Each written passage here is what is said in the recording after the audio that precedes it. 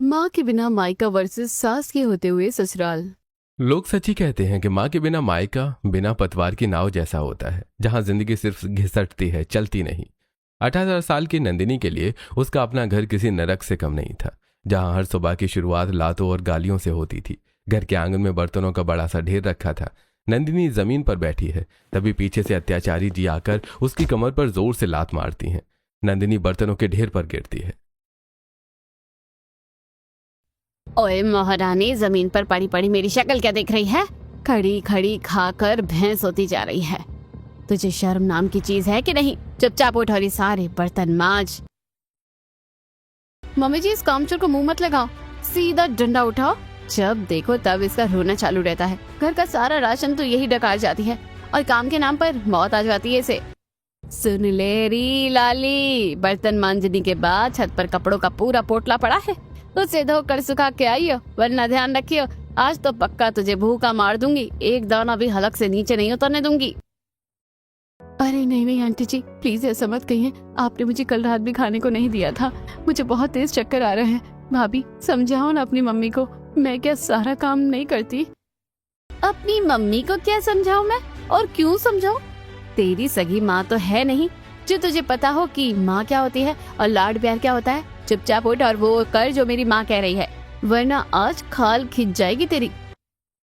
मुफ्त की रोटियां तोड़ना सबको अच्छा लगता है, पर काम के नाम पर नानी याद आ जाती है।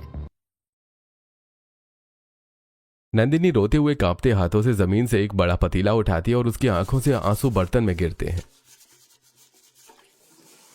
खा खा कर बहस होती जा रही है, शर्म नहीं है? उठ और ये सारे बर्तन मांज।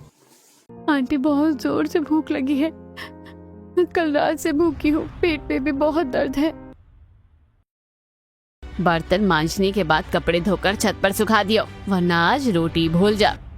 भाभी समझाओ ना अपनी मम्मी को, मैं भूख से मर जाऊंगी। क्या समझाओ अपनी माँ को? तेरी सगी माँ तो है नहीं जो लाड करेगी। तू तो हमारी छाती पर मूंग दलने बैठी है। चुपचाप काम कर, वरना आज पक्का भूखा रखूंगी। भाभी और माँ हंसती हुई चली जाती हैं। नंदिनी रोते रोते बर्तन मांजने लगती है। माँ, अगर आज तुम जिंदा होती तो कोई मुझ पर ऐसे अत्याचार नहीं कर पाता, वही अभी इनके आगे अंधे हो गए हैं। नंदिनी 2 घंटे में एक एक करके सारे बर्तन साफ करती है। तभी अत्याचारी जी वापस आती हैं और साफ बर्तनों की टोकरी को पैर से मारकर बिखेर देती हैं। फिर टब से पानी का मग भरकर नंदिनी के मुंह पर फेंकती हैं। आंटी जी, ये क्या किया? अभी तो साफ किया था। क्या खाक साफ किया था? सब में साबुन लगा है। तेरी माँ ने मरने से पहले कुछ सिखाया नहीं? दोबारा घिसे से। नंदिनी रोते हुए फिर बैठ जाती है। काम खत्म करके जैसे वो पसीना पोंछती है, भाभी अंदर से कपड़ों का भारी पोटला उसके मुंह पर फेंकती हैं। हे भगवान, भाभी चोट लग जाएगी मेरे। बड़ी आई कांच की गुड़िया, चुपचाप धूप जाने से पहले कपड़े धो, वरना मार मार कर खालू देर दूंगी। भाभी चली जाती है। नंदिनी कपड़ों को सीने से लगाकर आसमान की तरफ देखती है। भगवान कैसा परिवार दे दिया। सही कहती है, माँ के बिना मायका हो सकता है, मुझे मौत आ जाए तो अच्छा है। माँ, तुम मुझे इतनी जल्दी छोड़कर क्यों चली गई? दोपहर की चिलचिलाती धूप है। नंदिनी कपड़ों की भारी बाल्टी उठाए सीढ़ियों की तरफ बढ़ती है। उसके पैर नंगे हैं। भाभी, धूप बहुत तेज है, पैर जल रहे हैं, मेरी चप्पल तो दे दो। चप्पल चाहिए महारानी को? नाच न जाने आंगन टेढ़ा, चुपचाप बिना चप्पल के ऊपर जा। लात लगते ही नंदिनी सीढ़ियों पर गिरती है और उसका माथा जोर से दीवार से टकराता है। माथे पर बड़ा सा नील उभर आता है। नंदिनी रोते हुए तपते पैरों से छत पर कपड़े सुखाती है।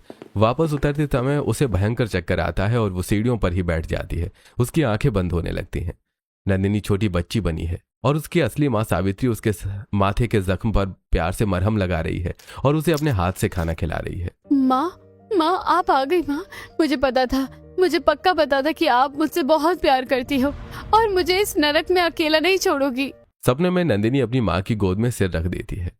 माँ देखो ना, आपके बिना मेरा मायका कैसा हो गया है। भैया भाभी मुझे बहुत मारते हैं। माँ, मेरी माँ के बिना मेरा मायका नरक बन गया है। माँ, मुझे अपने पास बुला लो। अचानक अत्याचारी जी आती हैं और सीढ़ियों पर लेटी नंदिनी को जोर से लात मार देती हैं। नंदिनी लुढ़कती हुई सीढ़ियों से नीचे गिरती है। तभी भाई ढोलक प्रसाद बाहर से आता है। अरे मम्मी जी, ये क्या कर रही हैं? मेरी बहन को लात मार दी। अरे दमाद जी, मैं तो इसे बचा रही थी, ये चक्कर खाकर गिर रही थी। देखो मेरा भी पैर फिसलते फिसलते बचा। हे भगवान, लाली ये क्या हरकत है तेरी? खुद गिर जाती है और इल्जाम मेरी बूढ़ी माँ पर लगाती है। हमें बदनाम करना चाहती है। लाली तुझे शर्म नहीं आती? भाभी और मम्मी ने तुझे पाल पोस कर बड़ा किया और तू उन्हीं को दोषी ठहरा रही है। जमाने को क्या मुंह दिखाऊंगा। भाई गुस्से में पैर पटकता हुआ अंदर चला जाता है। भाभी मुस्कुराते हुए उसके पीछे जाती हैं। अत्याचारी जी नंदिनी का कान जोर से मरोड़ती हैं। क्यों री, भाई से हमारी चुगली करेगी? चलो रसोई में जा और आज 4 तरह की सब्जी और 2 रायता बना कर लेकर आ, जल्दी कर। आंटी जी 2 दिन से कुछ नहीं खाया, बहुत चक्कर आ रहे हैं। रोटियां चाहिए कमजोर को? हाँ, ये बासी रोटी खा और काम पर लग जा। ताजा खाना खाना है तो जा अपनी मरी हुई माँ से बनवा ले। रसोई में बहुत गर्मी है। नंदिनी के चेहरे पर पसीना बह रहा है। एक हाथ से वो अपना सूजा हुआ माथा दबाती है और दूसरे हाथ से भारी कढ़ाई चढ़ा रही है। नंदिनी चूल्हे के पास खड़ी रोटी बेल रही है, तभी अत्याचारी जी पीछे से आती हैं। आंटी जी इतनी गर्मी में चूल्हे की आंच में मेरा सिर फटा जा रहा है, मुझे पानी दे दो प्लीज। ओए महारानी, हाथ चला, जुबान नहीं। बड़ी आई पानी मांगने वाली। जब तक पूरा खाना डाइनिंग टेबल पर सज नहीं जाता, पानी की एक बूंद भी नहीं मिलेगी। और सुन, अचार चटनी और पापड़ भी साथ में तैयार होने चाहिए। मेरे भाई लोग आने वाले हैं। अगर खाने में एक भी कमी रही ना तो इसी चूल्हे में तेरा मुंह झोंक दूंगी। नंदिनी रोते रोते जमीन पर पड़ी वहीं बासी रोटी का टुकड़ा उठाती है जो भाभी ने उसके मुंह पर फेंका था। वो पानी के बिना सूखी रोटी चबाने की कोशिश करती है, लेकिन वो उसके गले में अटक जाती है और वो खांसने लगती है। माँ देख रही हो ना, तुम्हारी बेटी आज जानवरों से भी बदतर जिंदगी जी रही है। सूखी बासी रोटी भी मुझे रो रो कर खानी पड़ रही है। लोग सही कहते हैं, माँ के बिना मायका कसाई खाना बन जाता है। शाम ढली तो नंदिनी कुछ पल की खुली हवा के लिए दरवाजे पर आई। उसकी सहेलियां मोहिनी, काजल, प्रियंका नए कपड़े, सैंडल और रंग बिरंगी चूड़ियां पहने हंसती हुई वहां से गुजरती हैं। देख मेरी नई सैंडल कितनी धांसू है ना। पता है मेरी मम्मी अभी दिल्ली गई थी, वहाँ अक्षरधाम मंदिर के पास वाले बाजार से खास मेरे लिए चुनकर लाई है। और ये देख आजकल इंटरनेट पर जो वायरल हो रही है ना, कश्मीरी चूड़ियाँ। मेरी मम्मी ने कितनी सुंदर मल्टी कलर की चूड़ियाँ ला कर दी है मुझे। तूने मेरी चोटी देखी, कितनी सुंदर फ्रेंच बीड्स बनी है ना। हाँ प्रियंका, चोटी तो वाकई बहुत सुंदर है। किसने बनाई इतनी प्रिटी चोटी? अरे मेरी मम्मी ने बनाई। मेरी मम्मी रोज सुबह कॉलेज जाने से पहले मेरे बालों में तेल लगाकर इतनी सुंदर चोटियां बनाती है। तेरी मम्मी भी तो बचपन में ऐसी ही बनाती होगी। सहेलियों की बात सुनते ही नंदिनी की आंखों से आंसुओं का सैलाब आ जाता है। हाँ, जब मैं छोटी थी ना तो मेरी माँ भी मुझसे बहुत प्यार करती थी। वो रोज मुझे स्कूल जाने के लिए तैयार करती थी। अपने हाथों से सिली हुई फ्रॉक पहनाती थी, पार्क में झूला झुलाने ले जाती थी।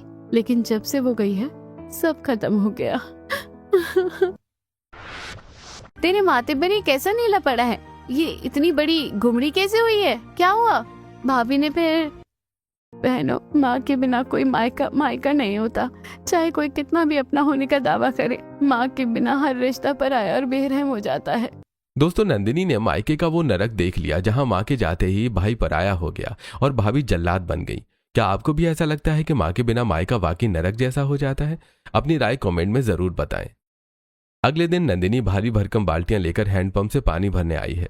पड़ोस की 3 औरतें काली, कलूटी, केजरी कानापूसी कर रही हैं। नंदिनी उनकी बातें सुनकर रोने लगती है। अरे कलूटी, देख जरा इस नंदिनी को, बिन माँ की बच्ची पर कितना जुल्म ढाती है। वो नौटंकी और उसकी डायन माँ, बेचारी का शरीर सूख के काटा हो गया है। हाँ बहन काली, सही कह रही हो। इस ढोलक प्रसाद को तो अपनी बीवी के आगे कुछ सूझता ही नहीं। आंखों पर पट्टी बंदी है उसकी। अपनी सगी बहन का ये हाल देख के भी अंधा बना रहता है। घर की मुर्गी दाल बराबर। इस बेचारी की जिंदगी तो इन लोगों ने बंधुआ मजदूर जैसी बना दी है। पता नहीं इस बेचारी की तकदीर में और क्या क्या देखना लिखा है। दुनिया थू थू कर रही है मेरे इस मायके पर मेरे अपने भैया को मेरा दर्द नहीं दिखता। हे भगवान, इस जिल्लत की जिंदगी से मुझे उठा ही ले। नंदिनी रोती हुई पानी लेकर आ जाती है और अपने कमरे में जाती है। कमरा बेहद छोटा, गंदा और कबाड़ से भरा है। दीवारों पर जाले लगे हैं और जमीन पर कीड़े मकोड़े रेंग रहे हैं। वहां न कोई पंखा है, न कूलर है। खिड़की भी टूटी हुई है जहां से गर्म लू अंदर आ रही है। नंदिनी फटे कपड़ों में जमीन पर बैठी पसीने से तरबतर हो रही है और प्यास से उसका गला सूखा जा रहा है। तभी बाहर से भाई ढोलक प्रसाद की आवाज आती है। अरे भगवान, मैं 2 दिन के लिए बिजनेस टूर पर बाहर जा रहा हूँ, पर ये लाली कहाँ है? सुबह से दिखाई नहीं दी। अरे अजी वो तो घोड़े बेचकर सो रही होगी। आजकल की लड़कियां बस आराम फरमाना जानती है। आप उसकी चिंता छोड़ो और अपने बिजनेस पर ध्यान दो। ढोलक प्रसाद को तसल्ली नहीं होती। वो नंदिनी के कमरे की तरफ बढ़ता है। उस कमरे में ऐशो आराम से बेड पर अत्याचारी जी लेटी हुई हैं, ढोलक को आता देखकर। अरे दामाद जी, आप आ गए। देखिए ना, मैं तो बूढ़ी हड्डी हो गई हूँ। मैं जमीन पर सो जाती हूँ और लाली बिटिया को पलंग पर सुला देती हूँ, पर वो लड़की सुनती का है। कहती है कि उसे तो अकेले बड़े कमरे में ही सोना है। मम्मी जी, आप जमीन पर सो रही हैं और वो लड़की पलंग तोड़ रही है। कितनी बदतमीज और स्वार्थी हो गई है वो। आप बुजुर्ग हैं, आप पलंग पर सोइए, मैं अभी आता हूँ तो उसकी खबर लेता हूँ। अरे छोड़िए ना जी, वो वैसे भी रो रो कर घर सिर पर उठा लेगी। आपकी ट्रेन छूट जाएगी, आप निकलिए, मैं देख लूंगी उसे। ठीक है, बिजनेस के चक्कर में मुझे वैसे ही फुर्सत नहीं मिलती और ये लड़की घर में सबको परेशान करके रखा है। ध्यान रखना है इसका। भाई के जाते ही नौटंकी और उसकी माँ कुठरिया का दरवाजा खोलती हैं। भाभी प्लीज थोड़ा पानी दे दो, इस कोठरी में कीड़े घूम रहे हैं। तब गुट रहा है मेरा, थोड़ा सा पानी। पानी चाहिए महारानी को? जो लड़की मेरी बूढ़ी माँ को दामाद के सामने बदनाम करने की साजिश रचती है, उसे पानी तो क्या मैं थूक भी ना दूं। और सुन, भाई 2 दिन के लिए शहर से बाहर गया है। अब इस घर में वही होगा जो हम चाहेंगे। नौटंकी रसोई से 2 दिन पुरानी सूखी और काली पड़ी बासी रोटी लाती है और नंदिनी के चेहरे पर दे मारती है। ये ले, खा और चुपचाप कोने में पड़ी रहे। माँ देख रही हो ना, भैया को इन दोनों की मक्कारी नहीं दिखती। आपकी बेटी इस तपती कोठरी में बिना पानी के घुट घुट मर रही है। माँ के बिना सचमुच माई का कसाई खाना बन जाता है। नंदिनी के रात दिन ऐसे ही गुजर रही थी और कुछ दिन बाद रात में ढोलक प्रसाद बेड पर बैठा कुछ काम कर रहा है। नौटंकी उसके पैर दबाने का नाटक कर रही है और अत्याचारी जी कुर्सी पर बैठी है। अजी सुनते हो? मैं कह रही थी कि वो जो लाली है ना, अब पूरे 18 वर्ष की हो गई है। क्यों ना हम उसके लिए कोई लड़का देखकर उसकी शादी करवा दें? शादी? पर भाग्यवान अभी तो वो बहुत छोटी है और अभी तो मैंने उसके लिए कोई पैसे भी जोड़ कर नहीं रखे हैं। इतनी जल्दी क्या है? अरे दामाद जी, तुम क्या जानो आजकल का जमाना कितना खराब है। सही समय पर लड़की अपने ससुराल चली जाए, अपने घर की हो जाए तो ही अच्छा रहता है। वरना क्या मम्मी जी, साफ साफ कहिए। वरना क्या? तुम तो दिन भर अपने बिजनेस और काम के चक्कर में बाहर चले जाते हो। पीछे से हमें पता है कि हम इस लड़की को कैसे कैसे संभालते हैं। दिन भर बाहर दरवाजे पर खड़ी रहती है, छत पर जाकर सहेलियों से बतलाती है। जमाने की लड़के आवारा घूमते हैं, कल को कुछ ऊंच नीच हो गई तो बदनामी हमारी होगी ना। हाँ ढोलक बेटा, जैसे मेरे लिए ये मेरी बेटी नौटंकी है, वैसे ही वो लाली भी मेरी बेटी जैसी है। मैं तो बस तुम्हारे भले के लिए ही सलाह दे रही हूँ कि अपनी बला को जल्दी टालो। आप लोग सही कह रहे हैं। लाली की हरकतें वैसे भी मुझे ठीक नहीं लगती। अरे दामाद जी, इसलिए ही तो कह रही हूँ कि मौका बहुत अच्छा है। हमारे ही दूर के एक रिश्तेदार हैं जो शहर के सबसे बड़े रईस राजा के यहाँ काम करते हैं। उन्होंने बताया कि राजा जी का इकलौता बेटा प्रिंस 20 साल का हो गया है। इतने बड़े अमीर लोग वो हमारी लाली से रिश्ता क्यों करेंगे मम्मी जी? कुछ तो गड़बड़ है। अजी कोई गड़बड़ नहीं है। हाँ दामाद जी, और सबसे बड़ी बात, राजा जी की पत्नी रानी देवी को ऐसी बहू चाहिए जिसे वो अपनी बेटी की तरह पाल सके। वो लोग 1 रुपया भी दहेज नहीं मांग रहे हैं। अच्छा, बिना दहेज के इतने बड़े घर में रिश्ता, और लड़की भी बिन माँ की ही ढूंढ रहे हैं। हाँ, बिना दहेज के ऐसा रईस खानदान दोबारा नहीं मिलेगा। मैंने लड़के वालों को लाली की फोटो भेज दी है, वो लोग भी तैयार है। फिर तो बात बिल्कुल पक्की है। जब वो लोग खुद अपना बिना दहेज के शादी के लिए तैयार हैं और उन्हें सीधे स्वभाव की लड़की चाहिए, तो लाली के लिए इससे बेहतर किस्मत नहीं हो सकती। मम्मी जी, आप लड़के वालों को बोल दीजिए कि शादी की तारीख पक्की करें। नंदिनी की शादी पक्की हो जाती है। उसके घर के बाहर शादी का शामियाना सज रहा है। हलवाई बड़ी कढ़ाई में मिठाई बना रहे हैं। नंदिनी दरवाजे की ओट में फटे पुराने कपड़ों में खड़ी, आंखों में आंसू लिए यह सब देख रही है। गली के मोड़ पर खड़ी काली और कलूटी कानाफूसी कर रही हैं। इस बिन माँ की बच्ची लाली की शादी तय कर दी इसके भाई ने। 18 के होते ही सिर से बोझ उतार रहा है। चलो बहन काली, जो भी हुआ एक तरफ से अच्छा ही हुआ। कम से कम इस लाली को अपनी इस कसाई भाभी और अत्याचारी बुढ़िया के नरक जैसे मायके से हमेशा के लिए मुक्ति तो मिल जाएगी, वरना ये दोनों डायन मिलकर इस लड़की को तिल तिल करके मार ही डालती। नंदिनी अपनी उसी अंधेरी कोठरी में बैठी है जहां जमीन पर उसकी शादी का लाल जोड़ा रखा है। उसकी सहेलियां उसके पास बैठी हैं।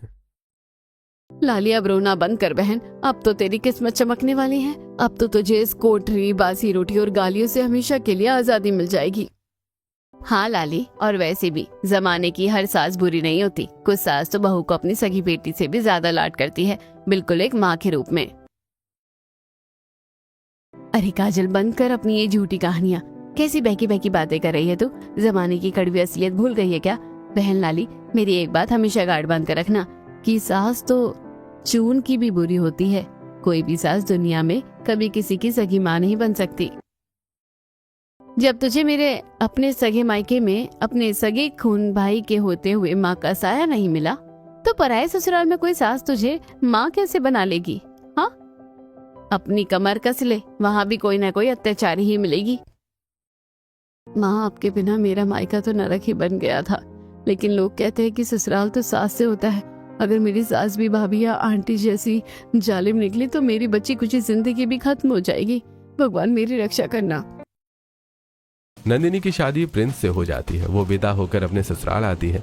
ससुराल का बंगला बहुत ही शानदार सजा है। नंदिनी का घूंघट निकला है, लेकिन डर के मारे उसके पैर और हाथ बुरी तरह से कांप रहे हैं। गेट पर मोहल्ले की 3 औरतें चुगली, कलेशी, घासलेटी सज धज कर खड़ी हैं और नंदिनी को घूरते हुए जहरीले ताने कस रही हैं। अरे कलेशी, देख जरा राजा जी की बहू को, कितनी दुबली पतली सूखी लकड़ी जैसी है। ऐसा लग रहा है जैसे इसे बचपन में पोलियो या निमोनिया हो गया था। हाँ बहन जूली, एक हाड़ का ढांचा उठा कर ले आए हैं। इतने बड़े रईस लोग, खानदान इतना बड़ा, और बहू देखो तो सूखा पापड़। अरे बिन माँ की लड़की है ना, मायके वालों ने ठीक से खाने को भी नहीं दिया होगा, बस काम करवा करवा कर निचोड़ दिया बेचारी को। नंदिनी घूंघट के पीछे रोने लगती है और उसके आंसू जमीन पर टपकते हैं। तभी सास रानी देवी आरती की थाली लेकर आगे बढ़ती है और पड़ोसियों की बात सुन लेती हैं। अरे ओ विमला की अम्मी, जरा अपनी जुबान को लगाम दो। बचपन में सब लड़कियां ऐसी ही दुबली होती हैं, और मेरी बहू की उम्र ही क्या है अभी? हाँ, सिर्फ 18 साल की बच्ची है वो। अरे रानी बहन, हम तो बस ऐसे ही, घी का घड़ा जरा गिरेगा वहीं चिकनाई लाएगा। मेरी बहू अब इस रईस घर की लक्ष्मी बनकर आई है, हमारे लाड प्यार में रहेगी, अच्छे घर का खाएगी पिएगी, तो देखना कुछ ही दिनों में जैसी फूलकर कुप्पा हो जाएगी। तुम लोग अपनी फिक्र करो, मेरी बहू की नहीं। चलो हटो रास्ते से। सास रानी देवी मुस्कुराते हुए नंदिनी के सिर पर बहुत प्यार से हाथ रखती है। नंदिनी के लिए ये ममता का स्पर्श एकदम नया है, क्योंकि मायके में उसे सिर्फ लाते और चांटे मिले थे। वो चौंक जाती है। चल मेरी बच्ची, इस दाहिने पैर से चावल के कलश को धीरे से गिरा और इस घर की बेटी बनकर अंदर कदम रख। हे भगवान, ये माँ जी तो बहुत अच्छी से बातें कर रही है, पर कहीं सब ये दिखावा तो नहीं है। अरे बेटा, क्या हुआ? गृह प्रवेश के वक्त आंखों में आंसू, रोते नहीं है मेरी बच्ची। क्या हुआ तुम्हें? अपने मायके की याद आ रही है? नहीं नहीं माँ जी, ऐसी बात नहीं है। तो फिर चुप हो जाओ। भले ही मैं तुम्हारी सास हूँ, लेकिन चिंता मत करो, इस सास के होते हुए तुम्हें ससुराल में कभी अपनी सगी माँ की कमी महसूस नहीं होने दूंगी। सासू माँ के जाने के बाद नंदिनी कमरे में अकेली बैठी दूध का गिलास हाथ में लिए सोचने लगी कि क्या सचमुच कोई सास इतनी अच्छी हो सकती है। तभी उसकी आंखों के सामने बचपन की यादें तैर गईं। छोटी नंदिनी अपनी माँ सावित्री की लाल रंग की गोटा पट्टी वाली चुन्नी ओढ़े, माथे पर बड़ी सी बिंदी लगाई शीशे के सामने मटक मटक कर डांस कर रही है। माँ सावित्री पीछे खड़ी होकर ताली बजा रही हैं और हंस रही हैं। माँ देखो, मैं बिल्कुल तुम्हारी तरह दुल्हन लग रही हूँ ना। जब मैं बड़ी हो जाऊंगी तो मेरी शादी में तुम मुझे खूब सुंदर ड्रेसेस दिलाना। माँ, तुम तो मुझे बचपन में ही छोड़कर चले गए। तुमने मेरी शादी की कितने सपने देखे थे। मायके में तो भाभी ने मुझे पाने के लिए भी तड़पाया, लेकिन आज सासू माँ को देखकर ऐसा लगा जैसे तुम वापस आ गई। मायके के खौफ और टॉर्चर की आदत ने नंदिनी को सोने नहीं दिया। सुबह के 4 बजते ही वो रसोई में आकर बर्तनों और सिंक को साफ करने लगी। तभी बर्तनों की खटर पटर सुनकर सास रानी देवी वहां आ पहुंची। अरे ये खटर पटर कैसी? बहू, ये तुम क्या कर रही हो? सुबह सुबह 4 बजे ये बर्तनों का ढेर क्यों लगा रखा है? अरे मम्मी जी, मैं काम कर रही थी, मुझसे कोई देर नहीं हुई। प्लीज मुझे मारना मत मम्मी जी, मुझे भूखा मत रखना, मैं सारा काम कर दूंगी। छोड़ो छोड़ो ये पतीला पहले। अरे बेटा, तुम्हें कौन मारेगा और क्यों मारेगा? होश में तो हो तुम? हमारे घर में काम करने के लिए बहुत सारे नौकर चाकर हैं। तुम्हें सुबह 4 बजे उठकर ये कालिक मलने की बिल्कुल जरूरत नहीं है। चलो मेरे कमरे में। सासू माँ तो बस बहुत अच्छी थी, लेकिन इस आलीशान बंगले की मुख्य नौकरानी पनौती असल में नंदिनी के मायके के मोहल्ले की ही रहने वाली थी और नौटंकी भाभी की दूर की रिश्तेदार थी। पनौती नौकरानी रसोई में पैर फैलाकर बैठती है और नंदिनी को उंगली दिखाकर डराती है। अरे ओ छोटी बहू, जरा इधर आओ। हमारे मोहल्ले की पनौती हूँ मैं, तुम्हारी नौटंकी भाभी की रिश्तेदार। मुझे तुम्हारी पीहर की एक खबर है कि तुम्हारी माँ के मरने के बाद तुम्हारे भैया भाभी तुम पर कितना अत्याचार करते थे, कैसे तुम्हें कोठरी में भूखा रखते थे। पनौती जी प्लीज धीरे धीरे बोलिए। तो सुन लो, अगर चाहती हो कि तुम्हारी सासू माँ के सामने तुम्हारा ये डंका बजते रहे और उन्हें जिल्लत का पता न चले, तो जैसा मैं कहती हूँ वैसा करो। इस कड़कड़ाती गर्मी में बर्तन और कपड़े तुम धोगी, वरना 1 मिनट में तुम्हारी सासू माँ को सब बता दूंगी। नहीं नहीं पनौती जी, हाथ जोड़ती हूँ, मम्मी जी को कुछ मत बताना, वो मुझे बहुत प्यार करती है, मैं सारा काम कर दूंगी। दोस्तों, नंदिनी की सास तो माँ जैसी मिली, लेकिन चालाक नौकरानी पनौती ने उसके मायके के अतीत का फायदा उठाकर उसे ब्लैकमेल करना शुरू कर दिया। क्या नंदिनी को सासू माँ को सच बता देना चाहिए था? अपनी राय कमेंट में जरूर लिखें। चलिए देखते हैं आगे क्या हुआ। पहली रसोई की रस्म में नंदिनी ने बहुत सारा स्वादिष्ट खाना बनाया। ससुर जी और प्रिंस ने उंगलियां चाट चाट कर तारीफ की। वाह बहू, खाना तो बहुत लाजवाब है। आज तुम्हारी पहली रसोई थी, इसलिए मैंने कुछ नहीं कहा, लेकिन रोज रोज इन दोनों मर्दों की आदत बिगाड़ने की बिल्कुल जरूरत नहीं है। अरे मम्मी, ये क्या कह रही हो? चुप रहो तुम। मैंने अपने बेटे और पति दोनों को घर का काम करना सिखाया है। हमारे घर में सब बारी बारी से काम करते हैं। पूरे 20 बरस लग गए मुझे अपने बेटे को सुधारने में और लाइन में लाने में।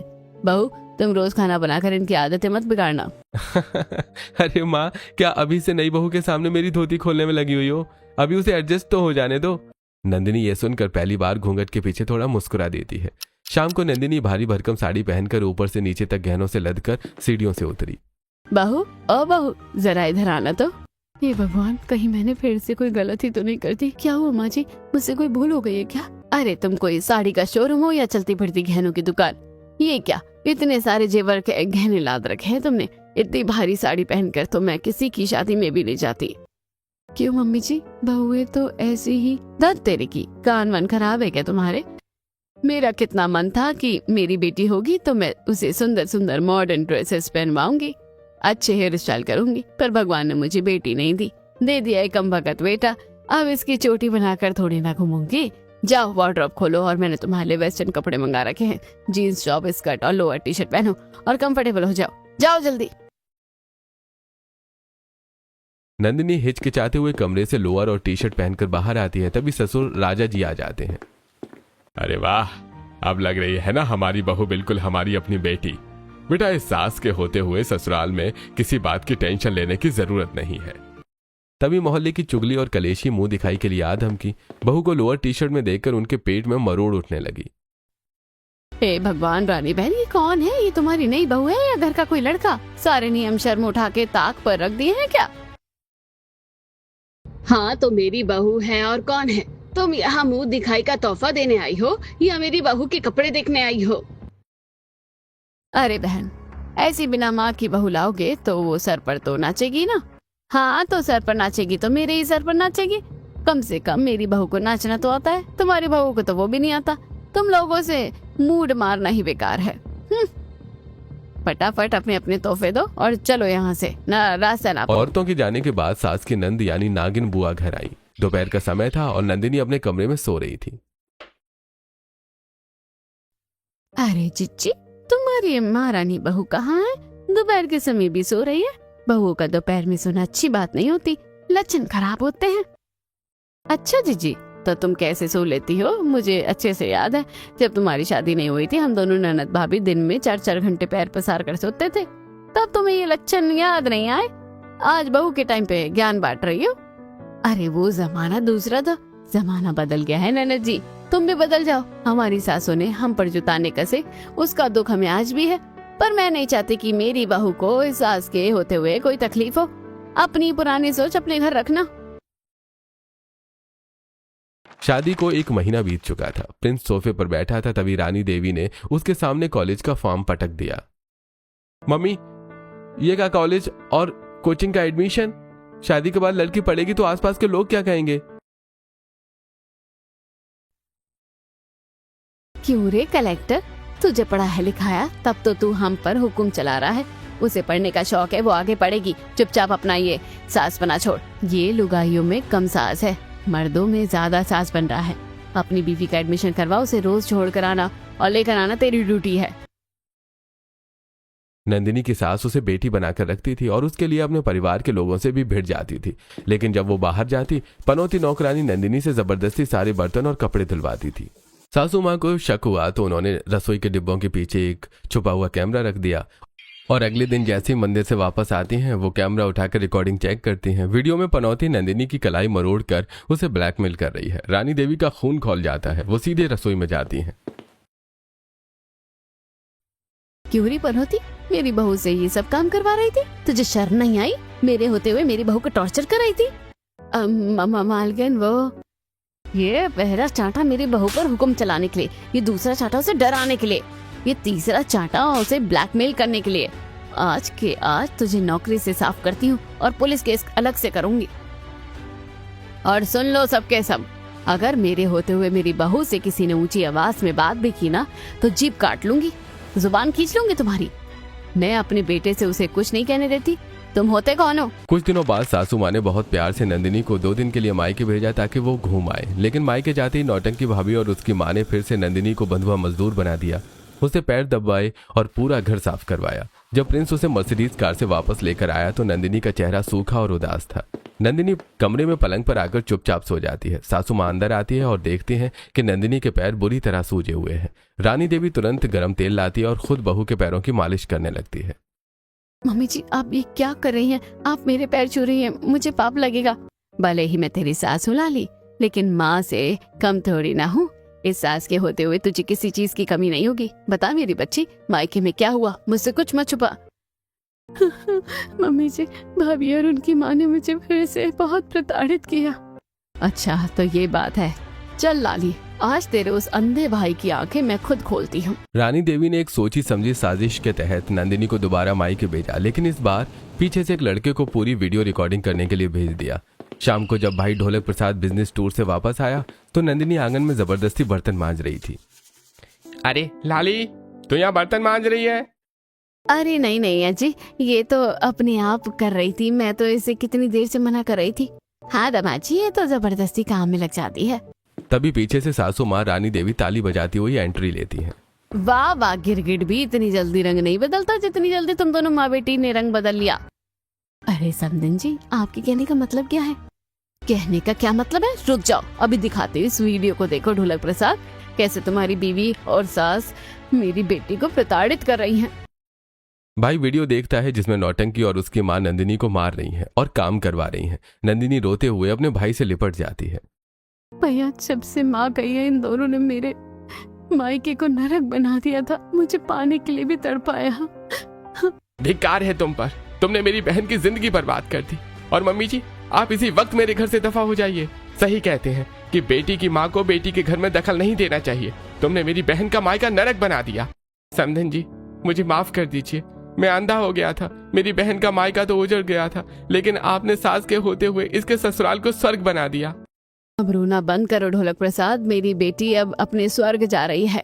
दोस्तों, माँ के बिना भले ही एक बेटी का मायका नरक बन जाए, लेकिन अगर सासू माँ रानी देवी जैसी हो तो वो ससुराल को भी स्वर्ग बना देती है। क्या आपको भी लगता है कि हर सास को रानी देवी जैसा होना चाहिए? कमेंट में अपनी राय जरूर लिखें।